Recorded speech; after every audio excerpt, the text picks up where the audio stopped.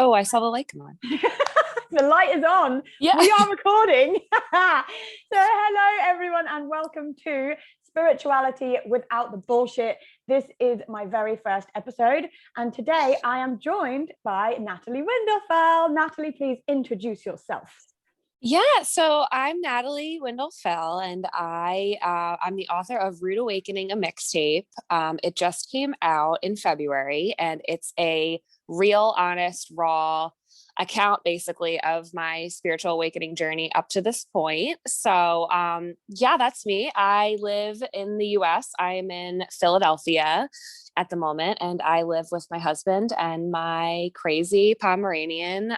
His name is Gnome. So like Noam Chomsky, not like a garden gnome. We're so nerdy. I thought garden gnome straight away. I know some people are like, oh, like, and I just let it go. I'm like, yeah, sure. It's like too weird and nerdy to explain that we named him after a guy who researches propaganda. So fantastic. That's a great name for a dog. So I just want to first of all jump into some synchronicities around us two coming together, because obviously we're both called Natalie. I found you, I think it was, remind me the magazine that you write for, the online magazine? Untamed Soul. Yes, I found you on there and read a bit about you and was like, oh, she sounds interesting, like fully stalked you up on Instagram and then ended up reaching out, didn't I? And it was originally to be a guest on your podcast. and then we ended up getting chatting. Yeah. And you watched the video of my spiritual awakening, which is on my Instagram, if anyone wants to go and see that, Natty Beats, at Natty Beats. And you messaged me all excitedly saying, dude, what the hell? Like, you have so many similarities as me, blah, blah, blah. And then as we've come on today, not only are we both called Natalie, we both have very, very similar tattoos. Is yours on your right arm also? It is, yes. We do. On our right arm, we both have this kind of geometric shape. Yeah, it's tattoo. Like a So people on YouTube can see it. There we go. That's podcast so funny. People oh have my to gosh, yeah. And then if you could just see our eyes, if you could just bring your eyes to the screen, you see our matching crazy orange eyes. You do. So funny. I'm already feeling like this girl is my American twin. And I am super, super excited to learn about your spiritual awakening. I've literally been so excited for this podcast. I've not been doing too much research into your story. I have bought your book, it's on the way, but I didn't want to read anything because I want all of the reactions to be organic. Oh, yes. So would you please take us through an account of your spiritual awakening? And we'll just have a chat around that because they're pretty crazy things. They are. And I always say, like, I feel like it was like, I feel like the last 10 years really of my life, like 2011, 2012 really kind of kicked the ball rolling for me. But I had like some really crazy spontaneous awakening stuff happen to me in 2017, 2018.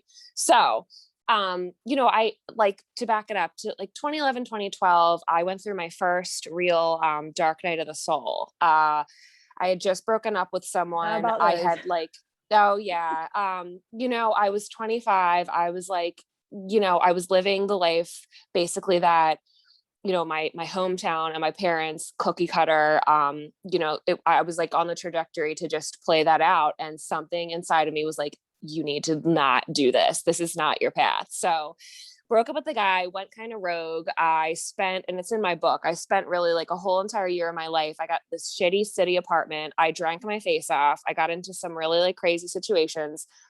And then,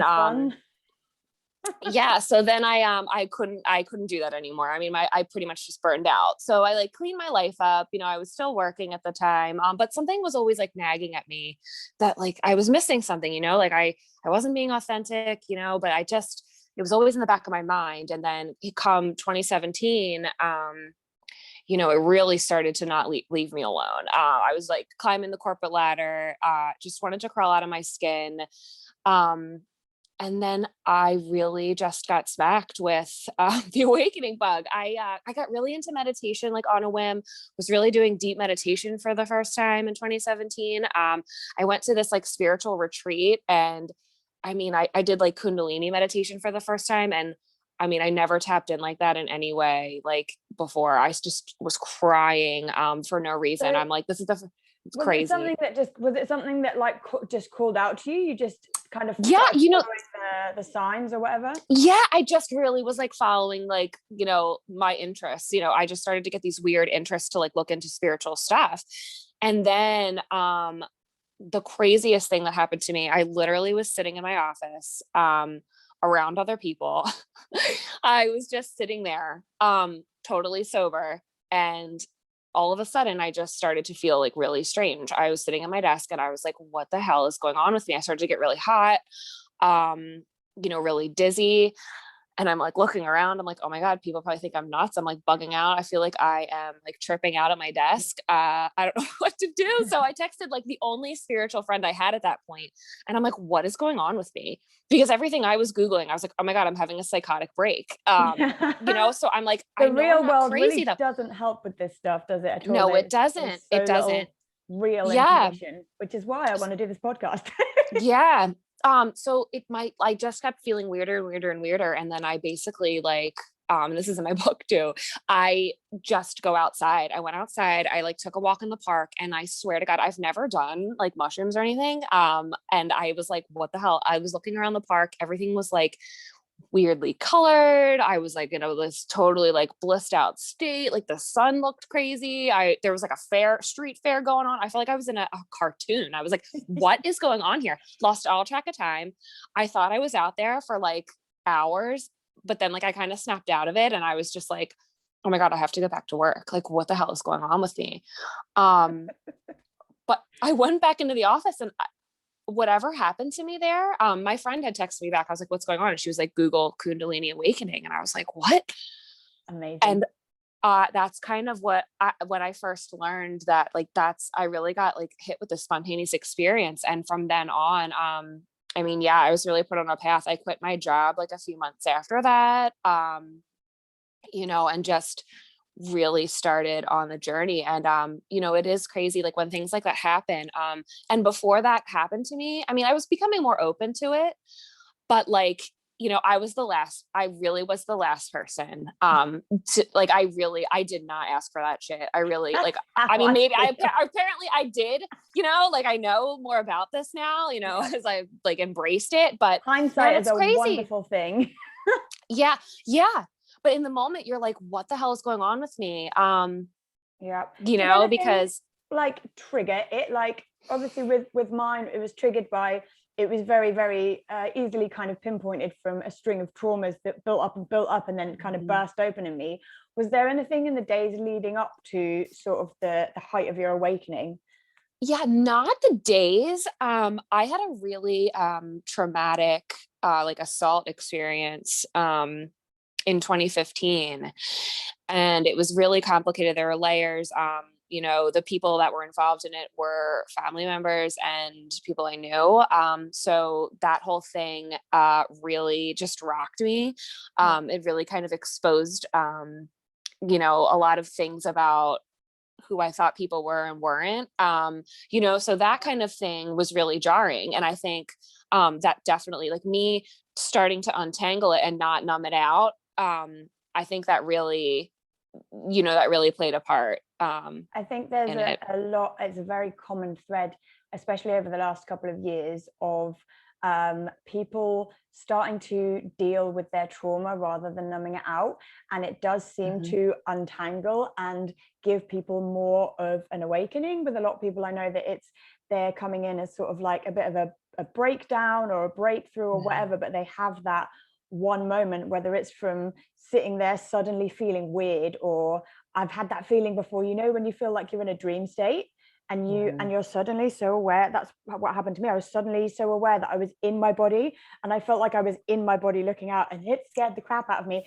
As someone who has taken drugs back in the day, like as a teenager, I've felt that when I've taken too much of something, a rave or whatever. So I link it straight back to that. And I was like thinking, is my brain broken? Is this a flashback? Is your brain just, is all these things? And like you said, you try and Google it, like you try and Google anything and it says it's dying.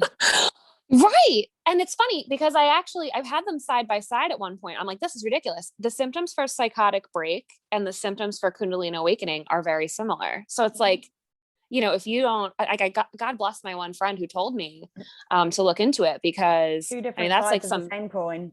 Yeah. Yeah. Yeah.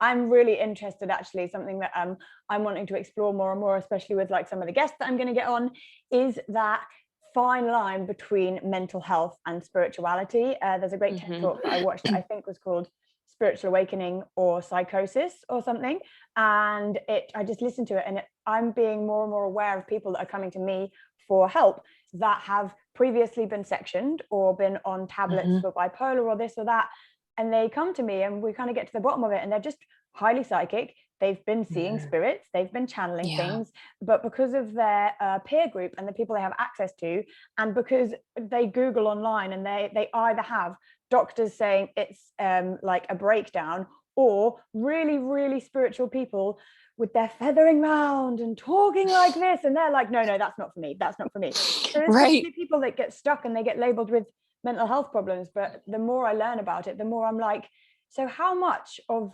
mental health illnesses like that can be pointed back to actually people being hypersensitive to energies, not knowing how to use these things? I think it's something that really needs exploring.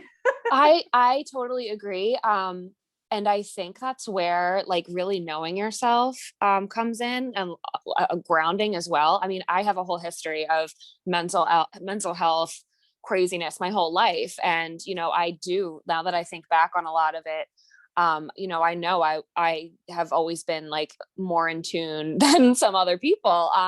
Just like maybe whether it's like psychically, or I wouldn't say psychically, just like in tune to the greater goings on of being a human, sensitive to energy. Yeah, totally. Yeah. I think a lot of, again, like over the last couple of years, a lot of energy sensitive people are becoming more aware of that is what is going on with them. That more and more people are starting to talk about it, thank God. And they're actually realizing, okay, people actually realizing as well, this emotion I'm feeling isn't mine. This is something I'm feeling from someone else. This anxiety isn't mine. It's from the crap going on in the world around me. I just looked at the time and it was 1441. Just as I was saying that. Synchronicities. So going back to your awakening, you mentioned the time when you were just kind of a bit crazy and out of control and drinking loads to kind of numb it. I've also come from a background of that. And something else that I'm really interested in, the kind of the links between drug and alcohol abuse and addictions, and again, spirituality, because one of the things that I've observed within myself is that when I'm kind of off my face and in that state, it's like I'm reaching for something. I'm reaching for something higher than myself. I want to feel something beyond myself. And it's almost like a synthetic version of what I feel now when I'm channeling spirit, or when I'm doing a healing on someone and I'm like, my whole body's vibrating. I'm sure you get that with like meditation and stuff. But would you say that was kind of a similar thing for you? Yeah. I like, I am such like a shadow person, like I feel like I'm more here to like kind of shine lights on like, like the real shit and like the people's shadow aspects. And alcohol for me and drugs, once I really untangled the shame from it, they have been extremely valuable teachers to me. And I still love to party. I really think that's should we address the costume for those that are watching? I'm so jealous. I wish I was coming with you. I could throw something together in like 2 seconds. I'm in fully fancy dress, by the way. This isn't normally how I look. For those listening on a podcast, I'm dressed in full 60s attire because I'm off to a party after this. I also love to party. But so I think for me in my like craziest time, the pain of knowing that the real me was trying to come out, and like the dissonance between like the persona me cracking was too much to bear. Honestly, I think that's really why I drank a lot at that time. I really I was afraid, I was so afraid of that person coming out. And, I'm noticing now less and less, as I kind of get comfortable with who I am. But I would always get like totally shit faced in, like work events and situations where I was like making a conscious effort to not be myself, so it's like, I really think that you can learn a lot from you know, if you really tap into like why you're drinking instead of just being like, I up. shouldn't be doing this, you know? Yeah. I We mean, all need to get a little fucked up every now and then. I know. And you know what? I think there's also a difference between, you know, using drugs and alcohol to like numb out and avoid versus celebration. I mean, that's 100%. So you when know. the first time I kind of got like healthy, which now looking back on it, I guess that was a type of awakening. I'd been in and out of hospital for 4 years with like kidney problems and bladder problems from over partying. And I joined a nutrition company and like got myself really, really healthy. And I made an agreement with myself that I wouldn't drink alcohol if I was upset about something. That I wouldn't, because I always, like, honestly, I would get some bad news and I would literally go straight to whoever's house would take me with as much alcohol as I could carry and just get fucked up and just try and forget about it. But now, like, if there's something that really bothers me, and don't get me wrong, like, I still slip up, I'm still human. Oh yeah, me too. And my thought path still now, when like someone I care about passes away or I get some bad news or something, I instantly am like, oh fuck this, I want a whiskey. And then I'm like, I stop myself and I'm like, no. And any times now that I do drink when it's the wrong reasons, I really feel it the next day. I'm like anxious and crying. And I'm like, but I mean, 10 years ago, honestly, like I was pretty much ill all the time. So I don't think I noticed, but it was like that state of numbing was so normal to me and my friendship group that I kind of come from, that that was just the way of dealing with everything. It's crazy how unhealthy Yeah, it is. that awareness piece is so important. And I feel like I've noticed too, like over time, you know, the more you're aware of it, it's like what's like how to articulate it. It's kind of just like a little like mechanism your soul kind of puts in place. It's like, okay, you know, like, you know why you're doing this, like, why are you still doing it? And then eventually you're like, oh, now I feel like an ass. Like, oh, I'm just like ignoring myself. Like, I don't want to do this anymore. And I feel like people have more power than they think in that respect. You know, a lot of people are like, oh, I'm so out of control. Well, like you don't have to be, you know, like It's a way of getting control as well. Like alcohol and drug use is a really weird one because it's a way of achieving uncertainty, which is one of your 6 basic human needs, but it's also a way of achieving certainty. So it's like, oh, I'm so out of control, but it's a way of getting control because you know exactly what's going to happen if you sit and drink that bottle of whiskey or whatever, which I think is really interesting. Another thing on that just popped into my head, which I'm really interested to see your views on this. Since you've had your awakening, when you get drunk now, do you feel like there is almost a layer in there that it can't reach, that you always have this layer of awareness? Like, it doesn't matter how much you drink or how drunk you are, but it's like that part of you is always awake in you and you know what's going on. Because it's something that I have found, and a couple of my other friends who have gone through awakenings have also said as well that it's like they don't get, when they get drunk now, they don't get drunk like they used to. It's like they have this piece of them that's always just awake being like, hello, I'm here. Yeah, you know, I'm trying to think. Yeah, like the effects are definitely not the same. It's weird, you know, I never thought about it. But yeah, that's so interesting. I have to like give it some more thought, but there's you'll have to do some definitely research and get back to yeah, us. I will. You know what? I'll test it out. just you know, I mean, I'll do some. it's obviously morning there, so I'm Yeah, no mimosas, not yet. I don't think we have any. no. but, Amazing. but yeah, no, that's totally yeah, that's definitely interesting. I know I don't yeah, I have to report back. That's so interesting. There's some homework for you. The other thing I want to touch on is something that was really, really hard for me when I went through my awakening last year. Was it took me like, I think 6 months or maybe even 8 months to publicly, I mean, I went straight into working as a healer and a psychic because the pull was really strong. That was my path. And it took me literally 8 months to kind of come out of my spiritual closet online. And it was terrifying. I mean, you've seen the video's on my Instagram. I wanted to post the raw video on there. I was like sweating, shaking. I was so anxious. because I was so scared of people's judgment and people either thinking that I was a complete wacko and worrying, like genuinely worrying about me. I could picture people sending me private messages like, Nat, are you okay? Do you need to talk to a doctor? That they would either think that, or because I've changed careers so many times, that they would think, oh God, she's just being one of them now. And that they would literally tar me with this kind of spiritual stigma brush, which I just can't stand most of that industry at all. I was just so petrified. I just didn't kind of come out for ages. So I'd be really interested to know your experience around kind of telling people. I mean, you wrote a book. I know. And honestly, that was my coming out. I still struggle with that a lot, for a lot of the same reasons that you just mentioned. I've always been that like free spirit, especially with like the times when I've kind of gone off the rails and, was the black sheep of the family, like, oh, she's, whatever.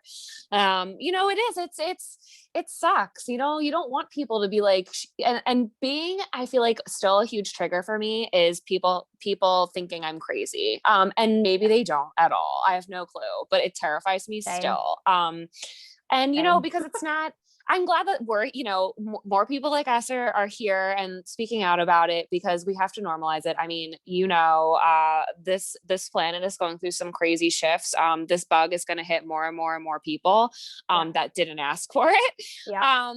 But yeah, it doesn't make it any less terrifying. We're kind of going first, honestly, in this whole thing. And it's terrifying. It gets easier, I guess. There are people that read my book that like I know in my non-spiritual life, and they were just like, wow, that's interesting, like didn't know that about you, like and then there's been like some people that are like, I'm so excited to read your book, and then like I think they read it and like they're afraid to talk to me. So there's still a lot of that. And then have you had any were you surprised by the amount of people that were supportive? Because one of the things that, again, in my experience, has been like, I was surprised at how many people came forward that I already knew when I posted that video, either in my inbox with like, I've always been able to see spirits, blah, blah, blah, I don't talk about it. And everyone finishes or begins with, I don't really talk about this, but.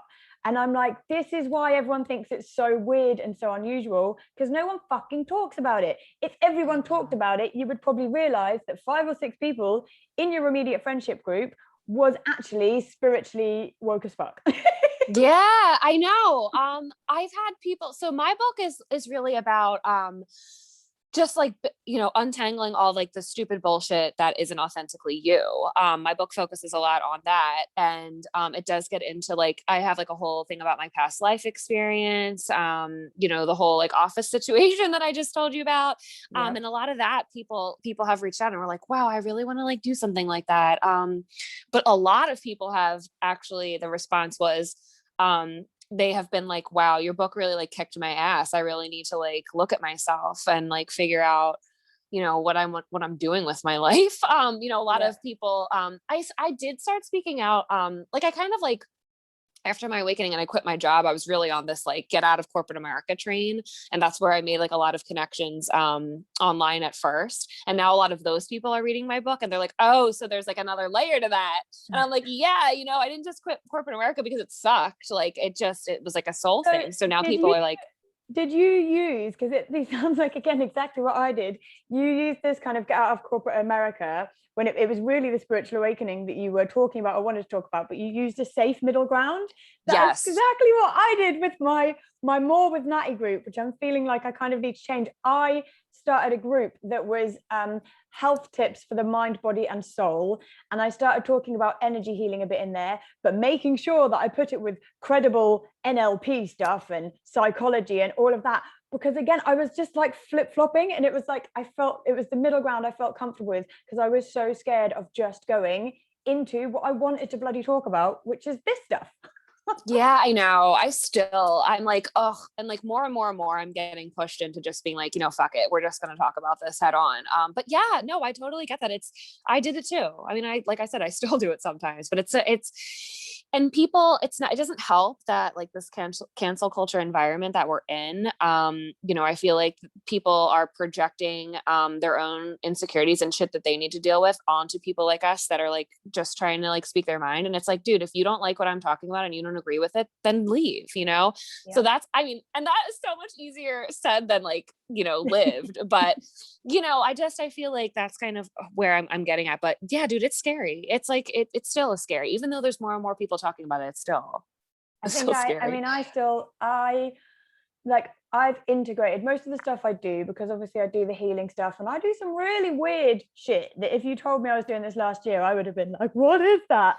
But I still have things happen in a session or to myself as part of my awakening journey or part of just my experience that honestly scare the crap out of me. I had something the other day, a few days ago, where I had something attached to me. I did a healing on a friend and I didn't protect myself properly. I was hungover, they had a sore neck, and I just ended up doing a healing on without putting any protection in. So anyone who's listening to this is why I harp on about protection and boundaries so much.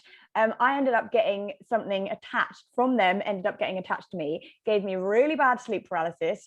And because it was an entity that I didn't recognize at first, I was going through everything I knew to get rid of it. And I was so panicked that I wasn't able to access my psychic channel properly to see what it was. So this was like 6 a.m. I'm sitting there with my crystals, my sage, shouting to Archangel Michael to clear whatever the hell it is.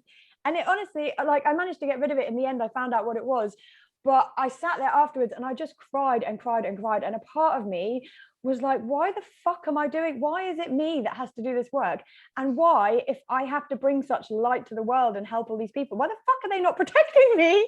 And do you know what I mean? But it's part of it. I don't want to scare anyone off at all from doing this work, because there is ways of working around it. I'm normally very well protected, and it is all a learning. But some of these things can come out, especially when you're opening up kind of new psychic abilities, having experiences, like you said, with past life experiences. I mean, sometimes that can be quite scary. Have you had any experience that has just freaked you the fuck out? I honestly, it actually just stopped like a few months ago. I was getting attacked in my sleep. And just like what you were saying, it's so crazy. Like you get into this other world and you realize you can tap in, and it's like, just like there are scumbags in 3D, there are scumbags in the astral, it's just like, you have to just like, and it scared me at first too, but like I was reading a lot about it. I mean, I would just get attacked in my sleep like constantly. And I'm like, oh, I feel like there's nothing I could do. But then I started to, with the protection stuff. And like, I am still like so skeptical of that shit, because like, we can have another podcast about how like I've been duped by just people who were like complete charlatans. But another element that I hate of this industry, and again, something that stopped me from announcing that I was a psychic and whatever, because there is so many dark nasty people. But the protection thing is so key. I have a friend who teaches she teaches like ascension stuff, and she was like, here, just it's like a little prayer, just the intention of you wanting to be protected before you go to bed, just do this for like a week and see what happens. And just setting that intention, they stopped. They leave me alone.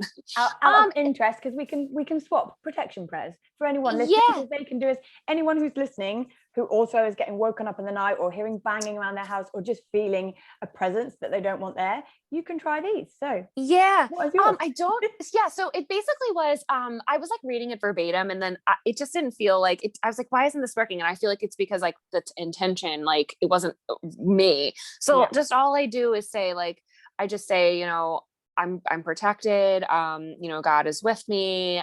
Just really get that connection strong. I feel like that is more important to me than like the actual words. It's like I just tap in and I'm like, I know that I'm fine. Nothing can touch me. And the other thing was, it was like, if I do get attacked, I know it's an attack, and I can say, get the hell out of here. And just like doing that over and over, and just making sure that intention is set. It's eventually intention, isn't it? Yeah, it totally is. So I talk about Archangel Michael a lot, which at the beginning of my journey felt so wafty, and I'm not a massive fan of organized religion, and it felt kind of really Christian to me. And when I'm in my healings, I like say amen after I call in spirit guides and stuff, but again at the beginning that felt really jarring. But when I'm getting my clients to do it, like I say to them, I call in Archangel Michael. It's a great energy to call in. You can just call in him for protection, or you could go for Isis or Lord Shiva, or do you know what I mean? Just say my angels, my guides, whatever. And then just always finish with in accordance with the highest good, so that you feel protected.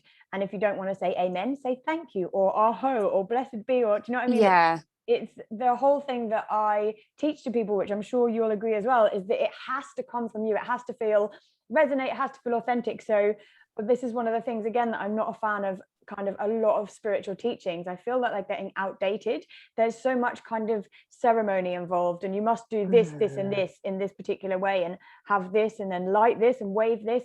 And it's like, you can just close your eyes while you're sitting on the toilet and ask for the same thing. Like, yeah, I it know. works. But no, Yeah. I think people need to find their own way with all of this. They do. And yeah, I grew up Catholic, so like really hardcore. So I had to untangle a lot of like the God stuff, I was just like, really turned off by it. Yeah. But yeah, like you said, there are totally, it has to be authentic. There are so many people you can connect to and tap into.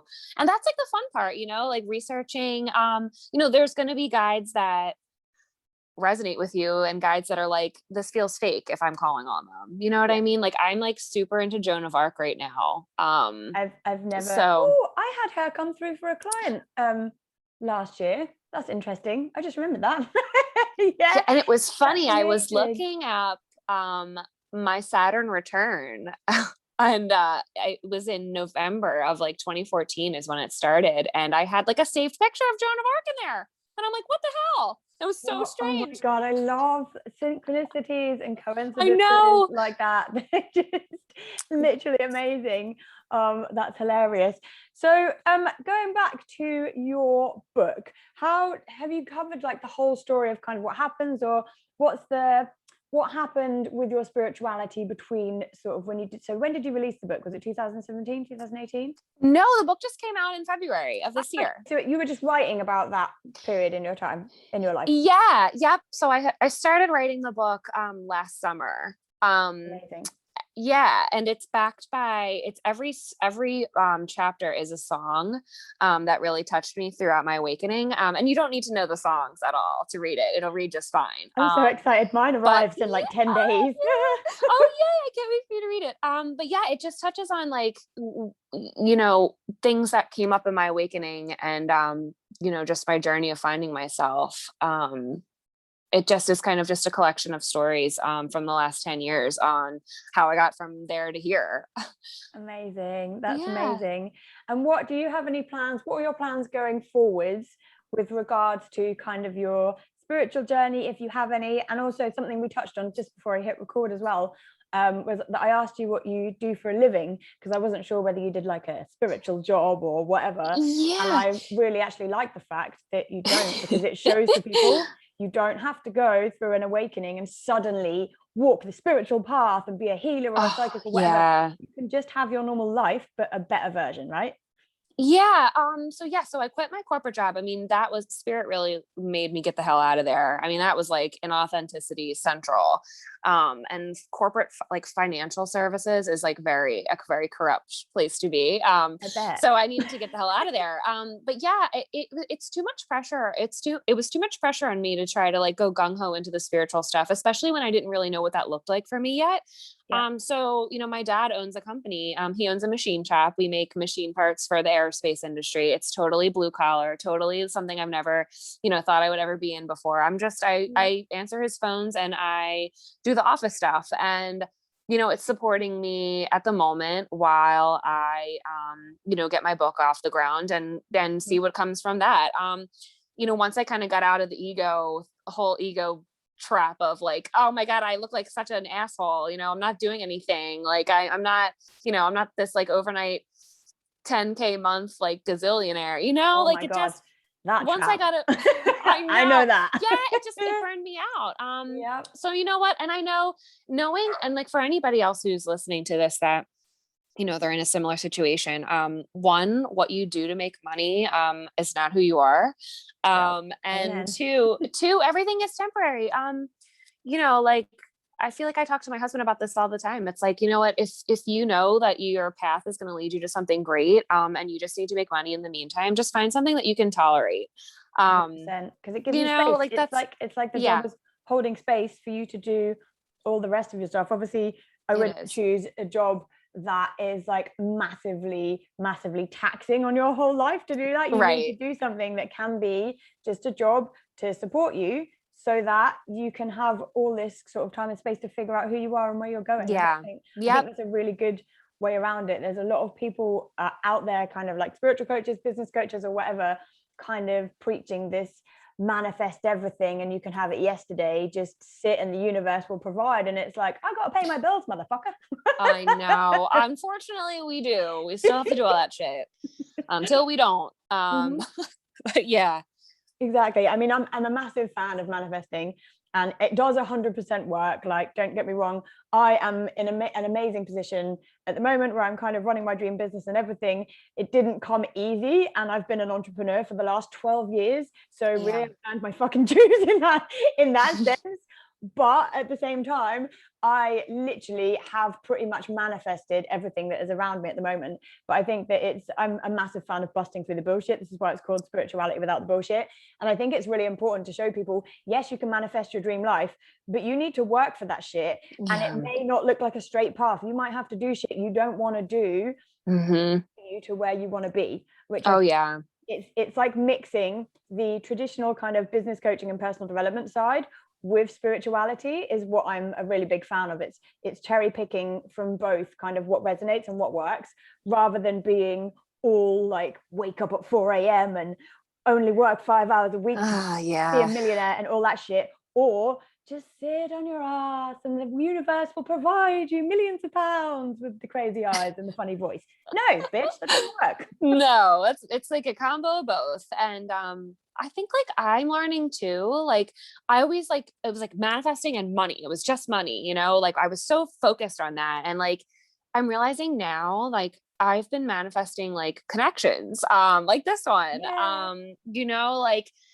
and those, even when you can't see, you know, where that may take you, those have been the most fun, you know, they've just been, and they make me feel good and make me want to keep on going. And those are gifts as well. And I totally just like would be like, this isn't making me, you know, like the money thing was like such a thing. And I'm just like, I'm throwing that's away the voice all these I things. do when I'm shouting at my guides. And I'm like, but when is it coming? But why isn't it here now? I know. And they're like, you know what? Mine were like, you know what? You need to like really like get smacked on your ass with this until you like figure out we're trying to fucking help you. You know, that's kind of what happens. I've had a lot on divine timing recently of some days I'm like so happy and everything feels amazing, but there's like certain elements of my life, like my love life, that just never seems to come together. And I'm like sitting there doing my gratitude list, like so grateful for my abundance of clients, my beautiful house, but if you could sort me out a boyfriend, Spirit, that would be great. P.S. This is still hanging out there. Why are you ignoring this on my list? I know. Oh yeah, such a sense of entitlement sometimes when it comes to spirituality. It's like, right, I know I can get everything I want because I know Spirit's listening, so why aren't you bringing me things? But I'm sure they laugh at us all the time. I'm totally, you know, that they think it's a funny joke, and I'm like, thanks. The ETs, especially a lot of the light beings that I work with, like they do find humans very odd and funny. They love us, but they find us very odd and funny.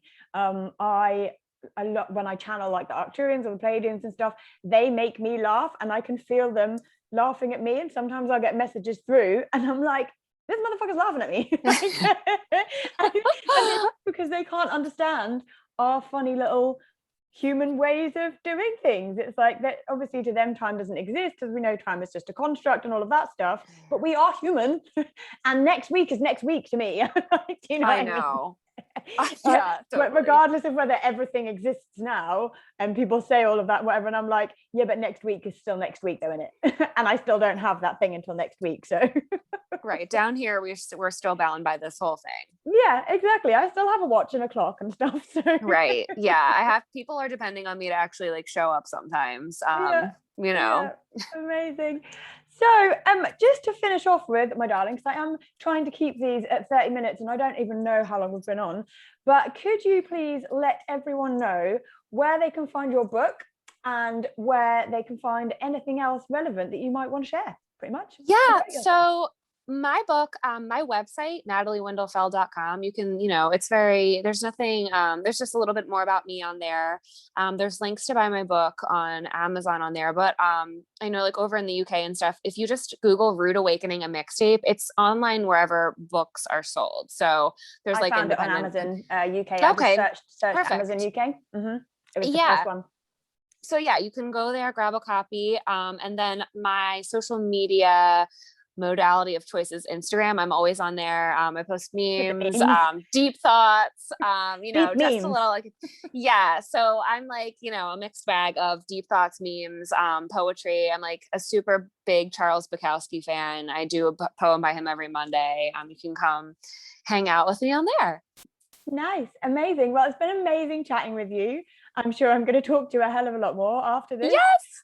Everyone, thanks for tuning in to the first podcast, Spirituality with the Bullshit. You can get in touch with me for suggestions on stuff that you would like me to bust through the bullshit on. If there's a certain area of spirituality that you want to hear about in a non-wafty way, then you can get in touch with me on Instagram at nattybeats, nattybeats@gmail.com, or find me on Facebook again at nattybeats. So again, thank you for being here today, Natalie Windlefell. And Thank that's you. it from us. See you later, guys. Bye.